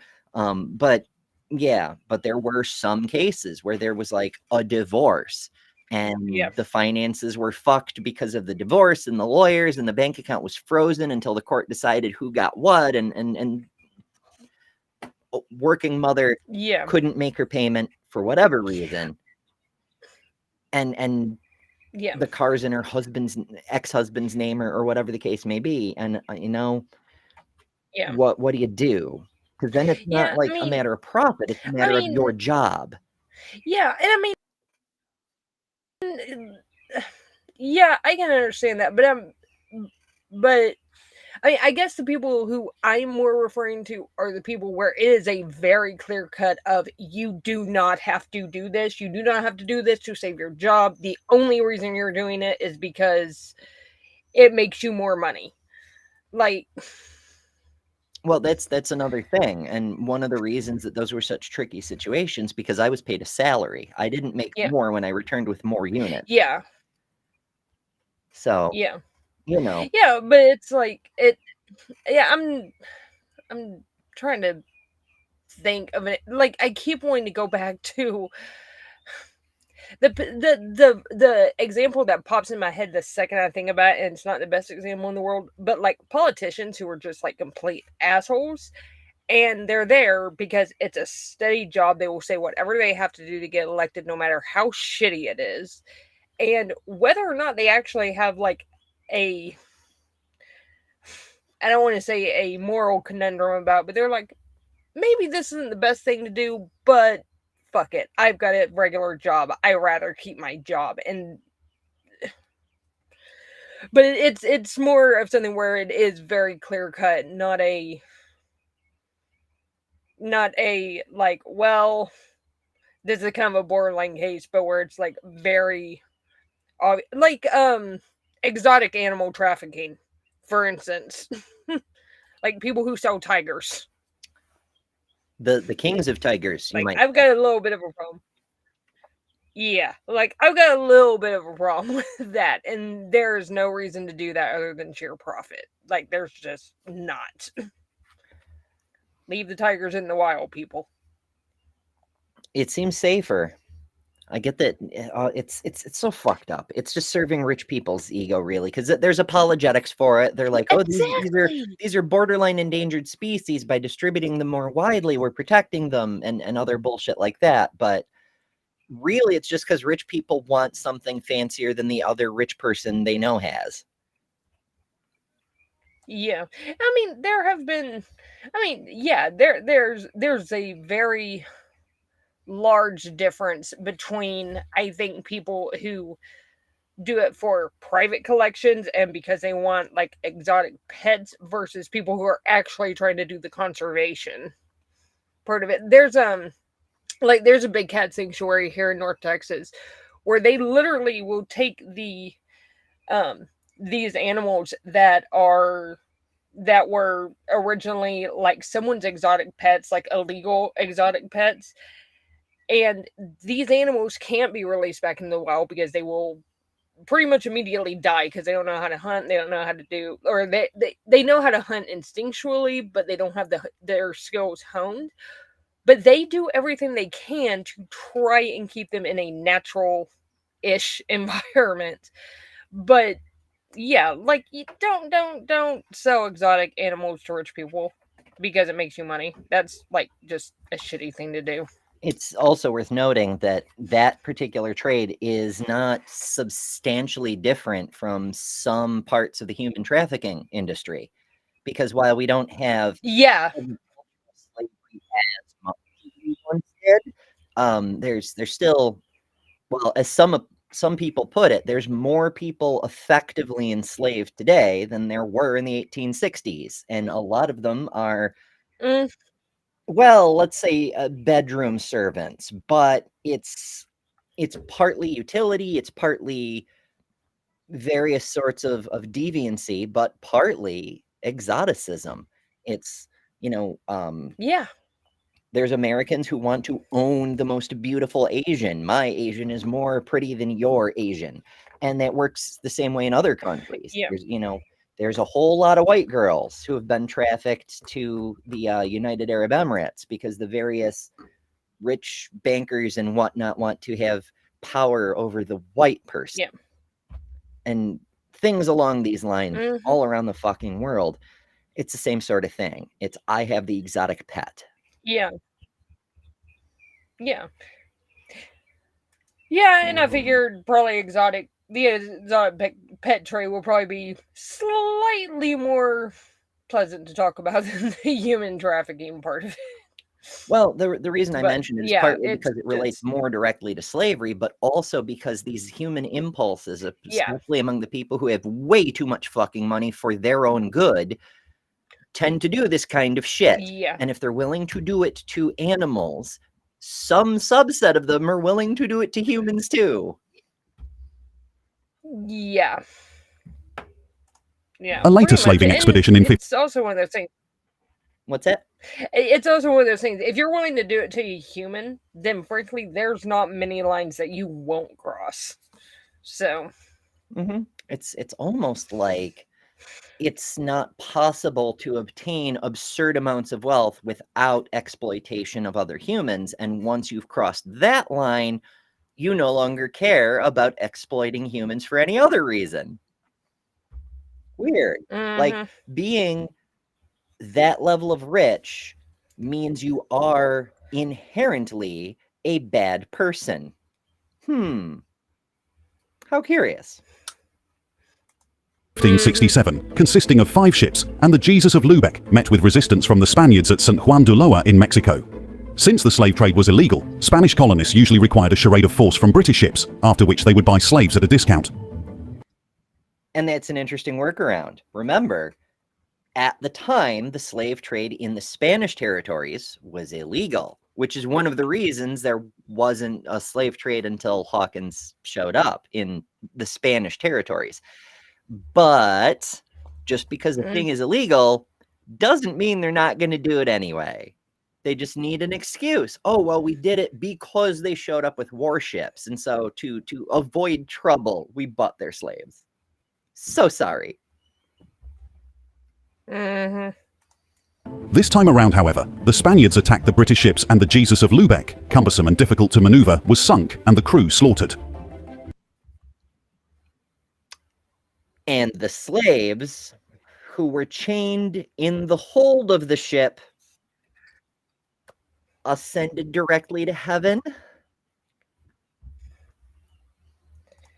Hawkins escaped with Drake on a smaller ship. Hawkins, his piratic... Yeah. I was going to say, it really bothers me with history. And like, this video is not doing it, but they'll talk about like this kind of stuff where it's like, oh, they sunk this slave ship, blah, blah, blah. But there's no mention of the slaves that were killed in the process of that. Like, I don't give a crap who the captain was. I give a crap about the potentially hundreds of people that died because of this horrific practice that was going on at the time. Like,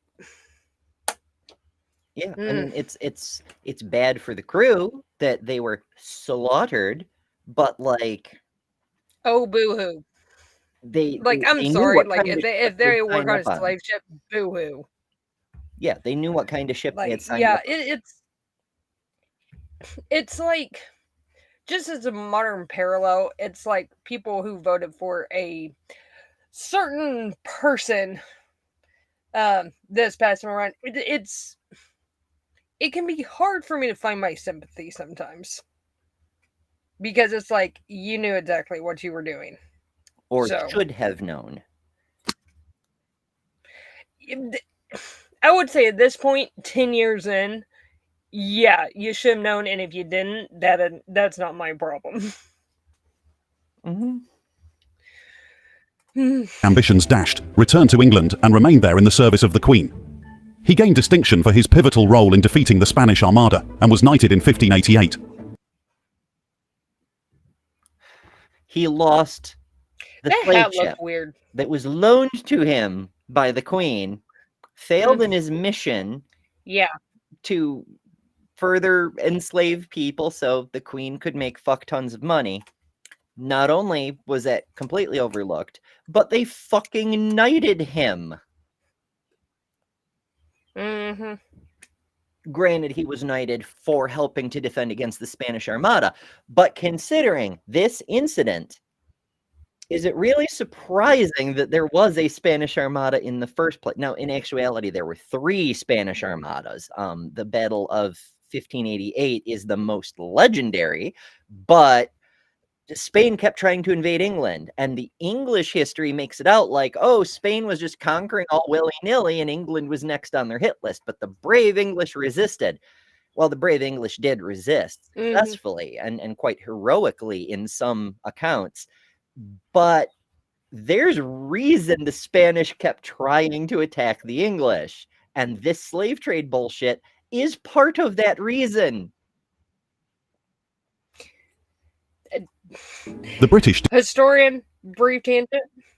But one of the super interesting things to defend against the Spanish Armada, because the English didn't have as good of a navy as, like, especially like early on in the Elizabeth's reign, they didn't have as good of a armada. What they did is they actually designated, I think it was like 2 extra days as meat-free days. So they had to eat fish. Basically, so Queen Elizabeth would have a huge number of trained sailors ready for the Navy whenever she needed them. Historical tidbit there. I mean, being an island nation, you're going to have a lot of sailers, but yeah, that's not to say that the Spanish were justified they needed in war.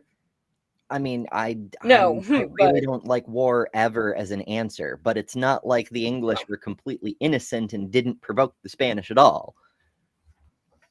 Yeah. Oh, yeah. Nobody's innocent with that stuff most of the time. I mean, there's very few cases where that might be the case. Remember, or at the very least, they didn't get that they were dealt a lot worse than they deserved, but that's very, very rare. Well, remember, Sir Francis Drake himself came to fame for raiding Panama City from the Atlantic side. It's a long story. It's a fun story, but it's a long story. So to make the long story very, very short, he cheated. He broke several rules of physics in order to attack this heavily fortified city by land from his ship, which is fucking weird. But he did it. He attacked one of their major cities, took a whole shit ton of treasure, and then, in order to escape the retribution from the armed military patrolling the Caribbean, he went around South America. That's how we have Drake's Passage. As he went, well, Magellan did it, I should be able to do it in the other direction. And he took a slightly different route, but he got there, sailed back up the other side of South America, and hit what's now Mexico and California again from the Pacific side, where they couldn't have ever fucking expected an Englishman to show up. Came across a big ass treasure ship that was nearly undefended, because again, they didn't expect the English to show up in the Pacific. Took it, renamed it the Golden Hind, loaded all the other treasure he'd previously acquired, and sailed the damn thing the other way across the Pacific and all the way. It took him 3 years to get back to England, but he did get back to England after having fucked up a whole lot of the Spanish economy and stealing one of their biggest treasure ships. Yeah. They were mad. It's kind of amazing that Yeah, it's kind of amazing that he didn't sink the ship because Drake Passage is known as some of the roughest waters in the world. I've seen. He was a I've daring fucker. Yeah, I mean those are some pretty fierce waters, whether you like being on the ocean or not. So, yeah. Did not initiate, but they did dominate the Atlantic slave trade. Few expressed moral or ethical doubts about slavery. The Anglican Church was directly involved in slavery. When a Christian voice was raised against the slave trade, it was led by Quakers who also played a critical role in the campaign to end the slave trade. That's true. And that remains true. Well, okay, remains true isn't quite the right thing because the slave trade as it was at the time is effectively donezo. But yeah, the Quakers, they got this reputation as weirdos who care about people instead of serving God, because they have this idea that every human being has a spark of the divine with them. So by honoring other humans, you're honoring God a lot more effectively than by sitting in pews and singing hymns and shit. And they're not wrong. I don't know that it's proper to say their beliefs are correct, but their interpretation of it being more beneficial is not wrong. Yeah. And so, yeah, they were abolitionists from a dogmatic perspective, from a religious perspective from the beginning. And that's one of the reasons they were considered weird among the Christians of the time, and still are, because with modern injustices like ongoing bigotry against brown people and women and every other minority you can think of, the Quakers are like, no, these are people. They deserve to be treated like people. And that makes them weird amongst Christians. It's also worth noting the most famous non-binary person in American history. Like, a lot of people make a big deal out of Liza. Fuck, I forget her last name off the top of my head. Oh, I know who you're talking about. She's a recent. She's a veteran. I say she because she did change her pronouns after the fact. When she died, she was identifying as a woman. But while she was in the military, she got recognized as a non-binary person. And people are like, this is the first legal non-binary person. She was not. The first non-binary person in the United States in the historical record was called Public Universal Friend, who came out of the Quakers. And the Friend just would not talk about gender and was like, no, I'm not. According to the Friend, the person whose body they were in had died in sickness, and the Friend was a Holy Spirit who had inhabited and reanimated the body, which is why they refused to accede to any concept of gender. It was pretty neat. But they did some cool fucking shit, including settling some wars and creating some treaties and founding some towns and whatnot. And while they were technically an offshoot of the Quakers, they came from the Quakers. The Quakers themselves often refer to themselves as the Society of Friends, which is how you get the name, the Public Universal Friend. There's a lot of history all intertwined with this sort of stuff. But as always, I do digress. In fact, few people raised their voice against the Atlantic slave trade until the mid-18th century. There had been isolated objectors, but on the whole, the trade developed without any real sense of religious objection. It was almost as weird, huh? But it's worth noting that a lack of religious objection isn't the same as religious stamp of approval. The term eludes me at the moment too. Can you tell I haven't really slept in several days? My poor meat brain. Trust me, I'm right there with you. At least I'm not calling people in the chat flat earthers today. So there's that. if the slave trade was morally neutral. Although it's worth noting, I haven't seen Austin since. I'm sure he's been around. I just haven't seen him. I think I saw him in the chat earlier. Maybe. It is true there had been the occasional Christian denunciation of slave trading, most notably from early Puritans and Quakers. George Fox had denounced it as early as Hey, it's the Quaker Oats guy. I mean, they all look the same because they all Never wear the same. fails. You make me hungry. What? This stream always makes me hungry. Always. Now I'm like craving oatmeal for some reason. Listen, if I say Quaker Oats guy because the guy looks like the Quaker Oats guy and you're hungry because of that's not a me problem. I'm not taking credit for that. It always happens on your stream. Oh, it always does. Maybe it's your lunchtime. It's 12:40 p.m. Eastern time. Well, I suppose it would just be 12:40 p.m. regardless of whatever. Eastern time. Yeah. Oh, yeah, it's 11 here, so at 11:40. Yeah. Maybe you just are hungry this time of day. 1673, but as the trade grew, involving What's that? I was gonna say maybe, but it's like I usually don't get hungry until like later in the afternoon. I don't know. Every time We're I here for see the it sandwich. seems to happen. ever more people and industries to feed the slave ships, and as the material bounty from the slave colonies flowed back to Britain, such criticisms were drowned out by the sound of profitable trade. There it is. There's your answer to everything. Yay, capitalism. Yeah. All about the well, there's profit. money. Well, never mind the moral horrors. There's money. Turns out, all these Christians, all this time, they have been mistaken. Jesus is not the answer. It's money. Money is the answer. Who was it? Was it I think it was Kenneth Copeland that was literally asking his followers for money to buy a private jet because he didn't want to fly commercial because he would be attacked by demons if he had to fly commercial. Like, there's a lot of, it's all about the grifter pastors who've done similar stuff, but I think there's demons on the airplanes thing. I think that was him. Yeah. Yeah, that was I think it was Kenneth Copeland who was like going hard after that. There's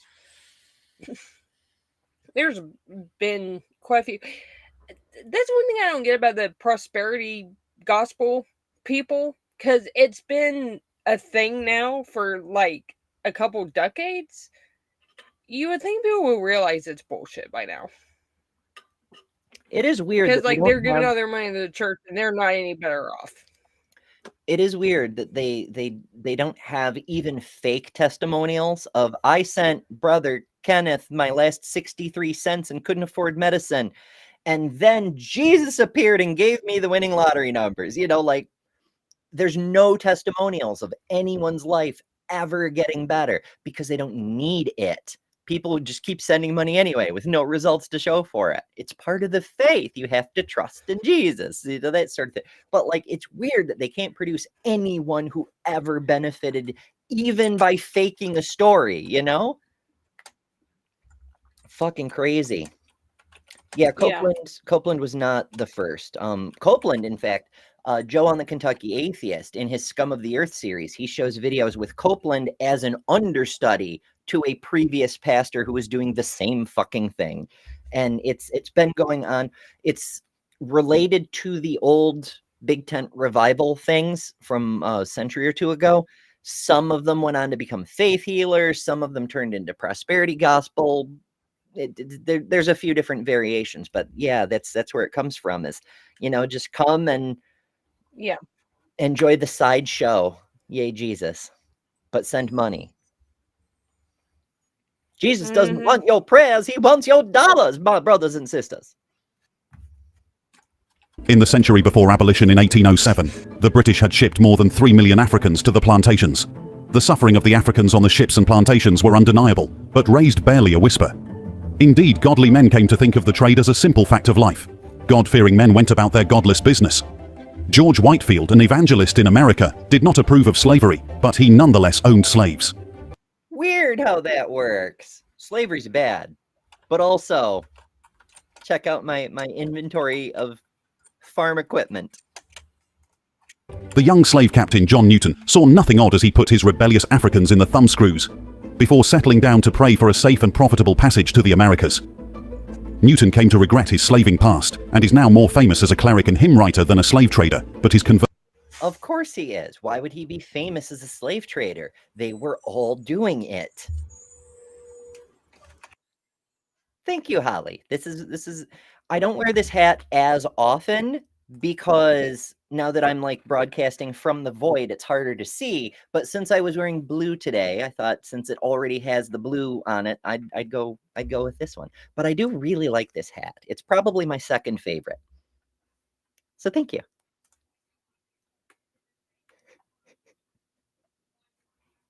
I'm such a silly bean. I'm like, oh, someone likes my hat. Stop everything. Let's talk about the hat. Hey, that's what we do here. It's true. I love that hat too. And actually, I also like the shirt / dress. That's totally something you would catch me wearing. You know, I didn't like this dress at first. It was one of the few, I picked it up at the thrift store early on, and it was one of the few that was in my size. And even though I've lost a fuck ton of weight since then, it just keeps looking better on me. And I kept thinking, oh, it's so frumpy and weird looking and shit. But every time I wear it out, like people compliment it or say, wow, you look really nice. Or when I'm out walking, they'll like honk on the street and like try to pull over and drive their car off into a ditch or something. I don't fucking know, but like, I mean, it's way too big for me now. Like it's got a lot more room than I need, but apparently I just keep looking better in the damn thing. So I'm like, oh, okay. I thought it was frumpy, but people are like, oh, it's nice. But yeah, we do tend Hey, to. if it looks good on you, it looks good on you. And if you also, come here by for the way, tangents, the tees and the hoodies are very comfortable. I don't have one of these for the hoodies. Of course, the hoodies are a bit more expensive. I set them as low as I could because I'm very poor, and I know a lot of other people don't have a shit ton of money either. But if you do want something to represent that you also come here for the tangents, that's available. If you're not able to scan the screen or whatever the case may be, you can find that on the store. Are you kidding me? At betterthanumber.com. I was about to say that's honestly it's by far the cheapest shirt from a YouTuber that I've ever gotten, and it's worth at least twice that. So I mean, the suggested price is what you usually see. Like, I've seen a lot of streamers who are like, their basic t-shirt is $24, the hoodies are $48, and I'm like, holy shit. I mean, there's people I would like merch from. I just can't afford it. Whereas this, I mean, I haven't seen it myself because I'm too poor to afford my own fucking merch, but Lil assures me that it's very comfy, and that's wonderful. But like, I can't pay that little for a shirt from Walmart, Like the clearance items, yeah, sure, but like the regular full price shirts are like 15. Like, holy crap. Pink tax, I know. I should just get over my bullshit and wear boy clothes, but I'm not going to. Actually, I'm wearing a men's tank top. I forgot what is it, a wife lover tee that they call it now, or a wife lover shirt? But these things are wife so lover, is it? Especially in summer. Yeah, wife lover. But yeah, they're so comfortable in the summer here. And if you and I say summer, I get that it's October, but it's like 90 degrees outside. So some days it is warm. Summer hasn't ended yet. Yeah, and if you need a wife lover, you know what to do. I mean, if you don't have a wife, or if you have it yourself, either way, people with the appropriate anatomy may appreciate it. Yes. If you are happily single, it works too. Or unhappily single. Whatever you got. Maya agrees. Maya's like, boys' clothes. Fuck that. No, sir. conversion was not so much a sudden revelation as a gradual dawning of true faith and a rejection of his sinful past. And there had been nothing more sinful than his slaving days, though at the time neither he nor thousands more thought it wicked. Through all this, But that's the thing. They did. Just like Queen Elizabeth started with the whole it's detestable until she saw the dollar signs. They all know. Those who bothered to write anything, wrote about the moral struggles of dealing with this obviously, how did the historians phrase it? Peculiar institution. They all knew. They made peace with it because of the dollar signs. the Church of England was, by turns, complicit and then transformed. By a quirk of inheritance, the Anglican SPCG, founded in 1701, had inherited plantations in 1710, mainly in Barbados, from Christopher Codrington, a former soldier, government official and planter. The plantations and their resident slaves were managed like any other absentee plantation, their sugar-based profits flowing back to their owners, the Church of England. The slaves were branded, a common pattern in the islands, and there were occasional concerns expressed about their well-being. Occasional concerns expressed. Hey, how's the farm equipment doing? Are they well cared for? Are they happy little Christians? Occasional concerns. I'll let the narrative keep going because it seems like a change of heart is afoot, perhaps. 1760, the Archbishop of Canterbury wrote, "I have long worried and lamented that the Negroes in our plantations decrease. Surely this proceeds from some defect, both of humanity and even of good policy, but we must take things as they are at present." And so it they decrease. They're dying off. What are you trying to say, bestie? Now, for anybody who doesn't know, the Archbishop of Canterbury is the effective head of the Anglican Church. The monarch is the nominal head, but they rarely get directly involved in church business. Rarely. continued until at full emancipation in 1833, the church was compensated to the tune of £8,833 for the loss of their slaves on Codrington. Oh, so they were just compensated for the loss of their slaves. They stopped being in the slaving business by the loss of their slaves. What happened? Was it a hurricane? Did the government of the fucking territory or colony or whatever ban slavery? Like, what? Who knows? Maybe pirates came through and wiped them all out. It's not like they were people. We don't need to know. Who compensated them? Was it the responsible party? Was it an insurance policy? What was the fucking deal? Fucking hell. Throughout, whatever the unease or discomfort, there was no sense that slave ownership was irreligious. It was a matter of rendering unto Caesar. The church was present throughout the lifespan of slavery in the New. You can't say it's not religious and then quote the fucking Bible as justification for why it's not religious. That's a religious invocation. I'm mad at an AI. I'm furious at a fucking computer that doesn't even know what it's saying. Well, to be fair, I think anybody who is online has gotten unreasonably mad at their computer before. Or a computer for that matter. Pesky technology and things.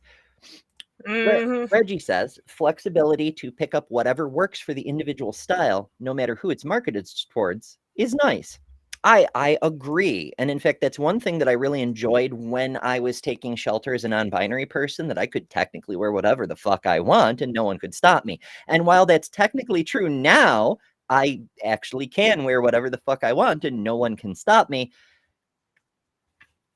I get a little worried about expression, right? Because like gender expression isn't the same as any of the internal senses, but by projecting the wrong thing through expression, I may encounter certain social situations that leave me feeling very bad later.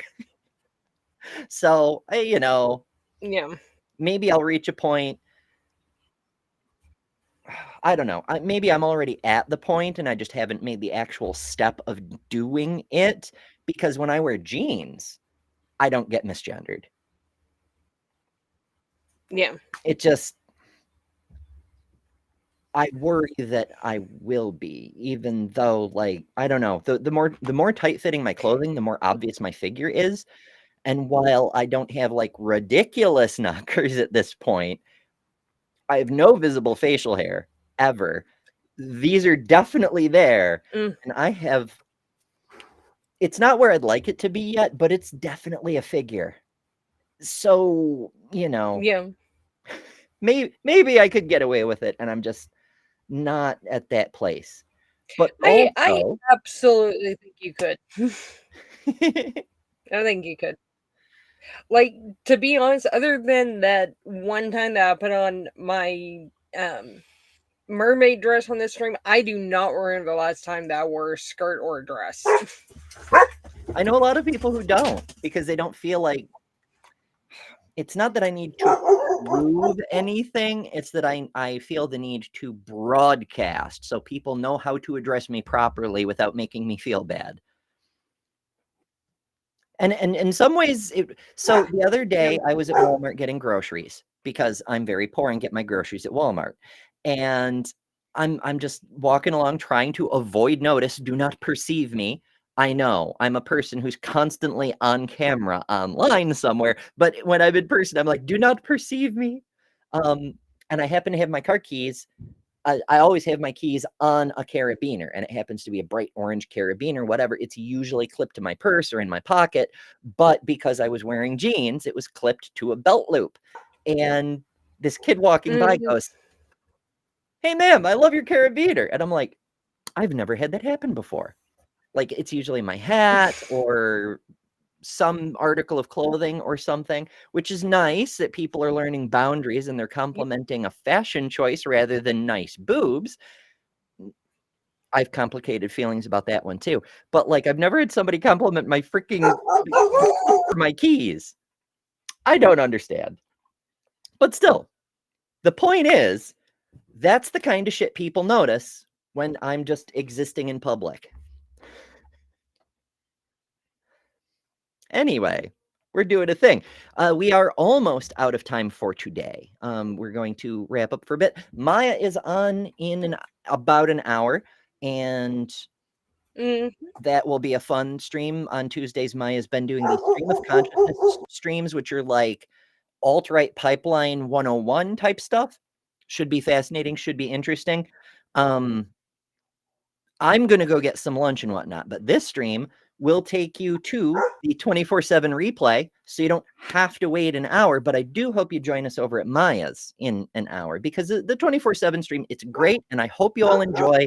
I hope you find it a useful place to hang out when nobody else is live or something like that. But I'm not saying don't watch the 24/7 stream. I want you to enjoy it, but also I hope you join us over at Maya's. So yes, that. Yeah, I suppose I'm so excited for Maya's stream. Yeah, like I wanted to get in on it last week, but I was just like I felt horrible and just couldn't do it. I know the feeling. Not that I've taken a day off in a while. I mean, I'm not always on my channel, although technically I suppose now that there's a 24/7 stream, I am always on, but it's past Ember. But like, I don't think I've had a day when I wasn't on camera for a full day in about a month. Well, yeah, I can see that. I usually don't do that many streams on the weekends. But I know. Anyway, I have to go get some food so I can take some medicine. Thank you, Lil, for joining. So do I. It's been fun. It's been informative. Anytime. It's been infuriating, but it's been informative, and I'm glad we did it. And thank you all for joining. I appreciate it so much. As I often say, the reason I do lives is so I can hear from y'all. And I've learned some, Kip corrected me on a couple of things, and Ryan made a couple of jokes, and other people. I can't list all of y'all off. I appreciate y'all being here. You're awesome. You're wonderful. You make these shows worth doing. Everybody appreciate you being here. Also, quick thanks for I believe it was STS who dropped 5 memberships. So thank you for that. I very much appreciate it. These are how I pay for food, and I really, really appreciate it. And memberships are a great way to do it because it gives other people access to the emojis too. So we get more people playing with the damn thing. So thank you. I very much appreciate it. Also, Woo! I started a poll in chat at the very beginning. Can you hear that siren? That was weird. It was a siren if you couldn't hear it. Like just one, it just wound up and then went back off. I don't know. The question of the day: was Jesus a myth, an apocalypse preacher, a slave ship, or all of these? 23% said a myth, 23% said all of these. 54% said an apocalypse preacher, no one said a slave ship. Although, in fairness, 23% said all of these. So there's that. Thank you all so much for being here. As always, I'm going to wrap up with a thank you to the patrons and the Cinder level members, because I very much appreciate that top tier of support. It helps me keep things going. I really, really appreciate it. And as always, remember, you don't have to justify moral abominations, I guess, in the name of profit, but also for Jesus on a ship called Jesus under the guidance of the word of Jesus. You know what? You get the idea, because you are better than religion. We'll see you soon, / tomorrow, / in a minute. We'll see you soon. Toodles. Thanks to all our patrons and top-level members for September.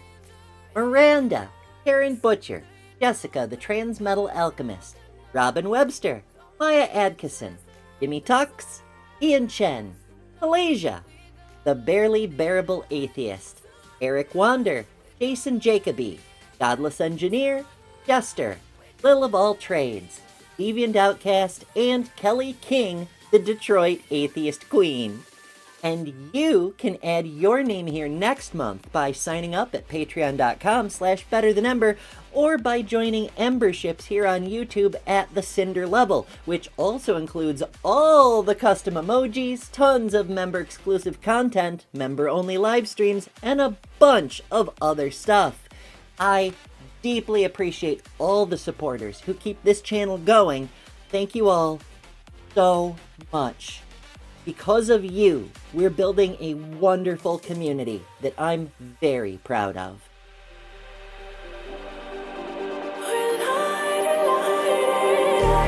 Just like a spark that's breaking out. Can't make a stop, can't turn back now.